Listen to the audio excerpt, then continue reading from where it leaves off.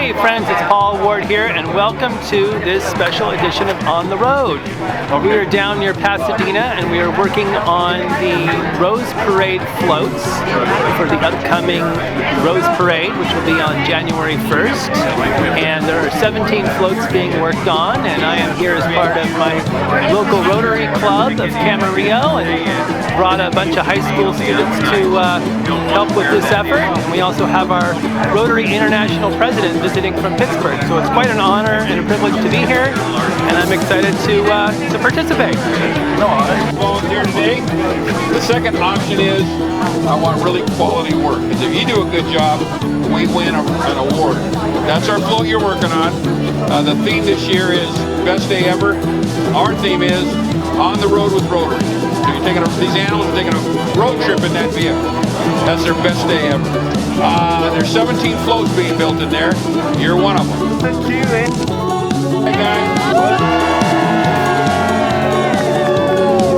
Now, who's going to take you back there?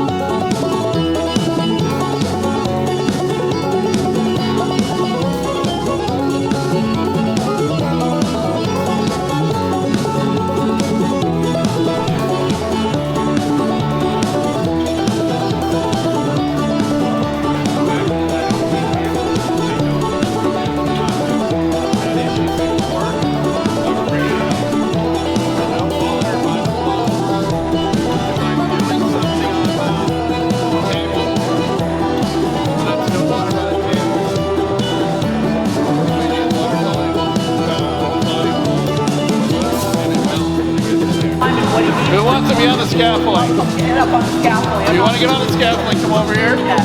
You want to climb up on the scaffolding? Go for it. Go for it. Go for it.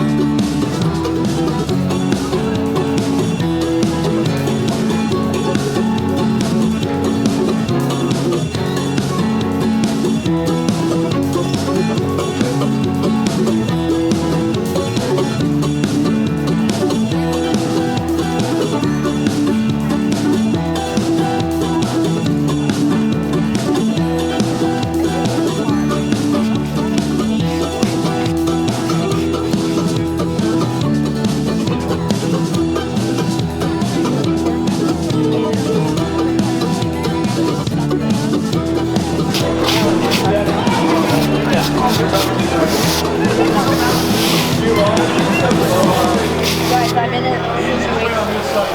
Anybody want to be on this side?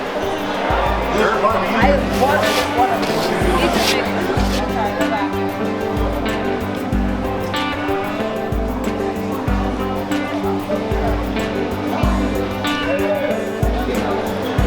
Right, so they want the shiny side down. And then they're coming. Shiny side down.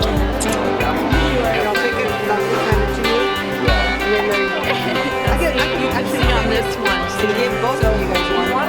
We want to ensure that you get it down to the, put a road down and get it down to the tip, because there's going to be glue up there, but you don't have to. I'm setting up these to be handed off to the next person who will attach them to the float.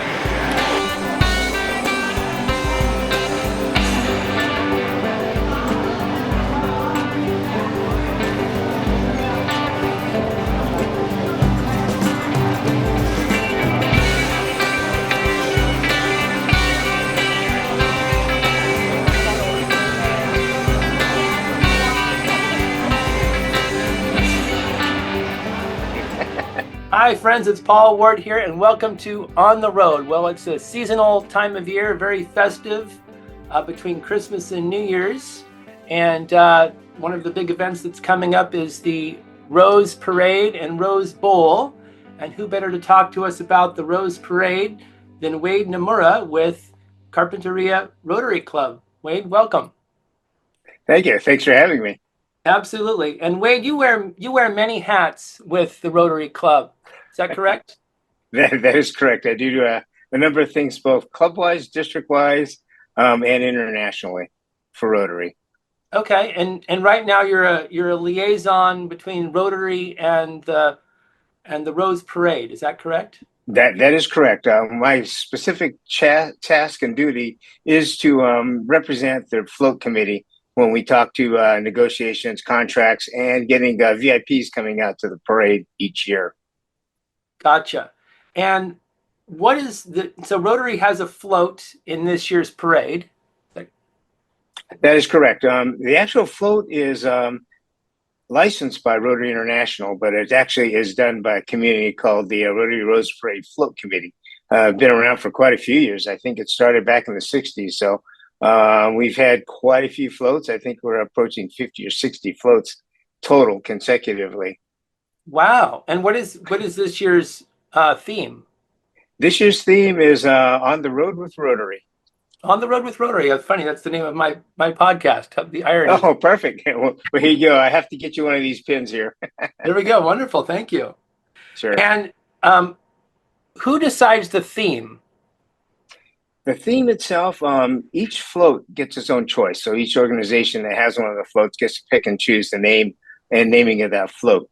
The Rose Parade actually comes with an international theme. So that theme is their blanketing market theme. And we have to fit our logo and theme into that specific annual theme. This year, the On the Road with Rotary was one of those ones that just fit. Yeah, it's a pretty festive float. I think you'll enjoy it when we get there on site.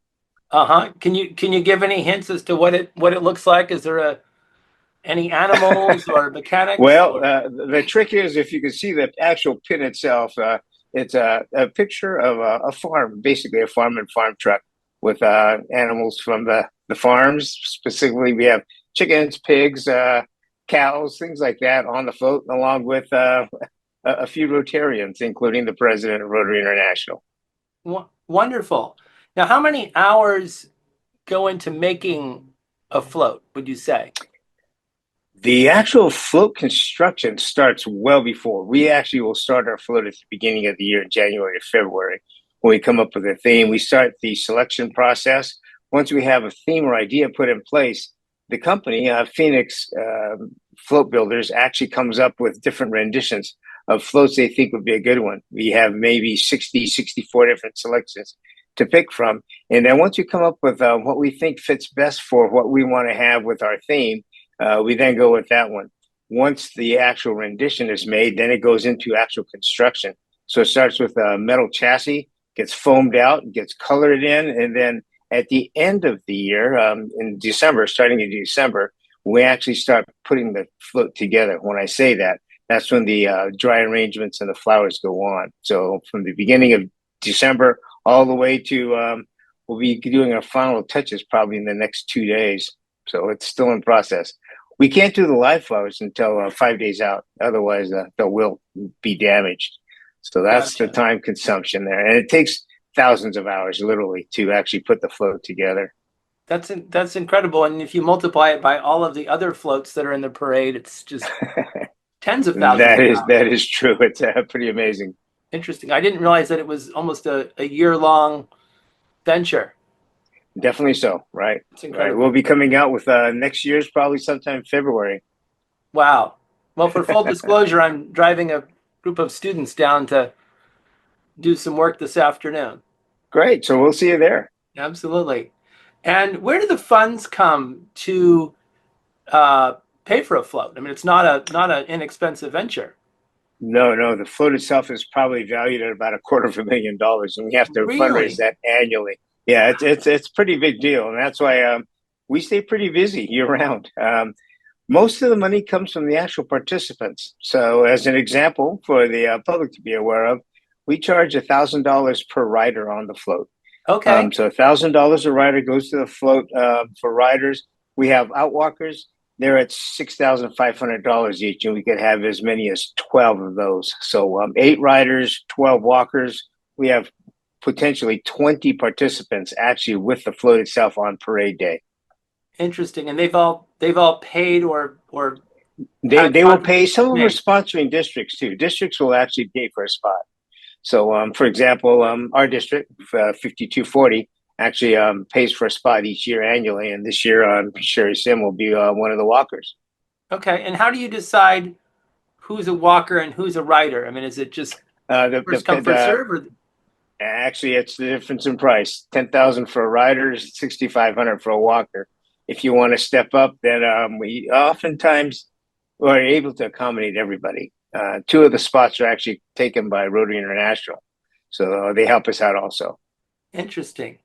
Yeah. How long have you been working on this particular project, Wade? Wow, this project I probably started in about 2006, 2007. Been there ever since. They put me on the committee for a few times. I've been chaired twice now, but I've served with the committee that whole time.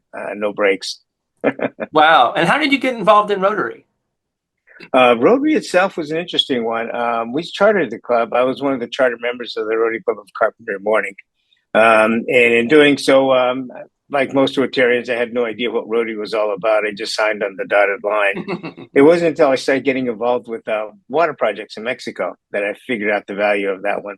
So from doing water projects in Mexico to then incorporating all of the other, I would say, organizations I'm doing, for example, youth activities, youth sports, all the way through to landscaping, water projects, and now into building floats, which I'm a horticulturist, so that helps a little bit also. I would imagine. And the Rotary theme is, for those that don't know, is service above self. That is correct. And there's a 4-way test as well. That is true. You're helping your humankind. That's what it's all about. Pretty much. Rotary International is a humanitarian organization of service. So we have 1.4 million members globally, and the mission overall is to make the world a better place. Mm-hmm. And back to the float. I mean, it is a big endeavor and a big financial undertaking, but millions of folks are watching the parade before the big game, and so it's an opportunity to get word out about what Rotary is, even if people aren't quite sure. Sure. Now that is very true. There are other ways too besides the walkers and riders. You can contribute any amount. Currently, we have a buy a rose, which is $25 for the rose, and you actually will get a rose with your name on that put on the float itself. So that's another way to do it. We have ambassadors. The ambassadors pay annually.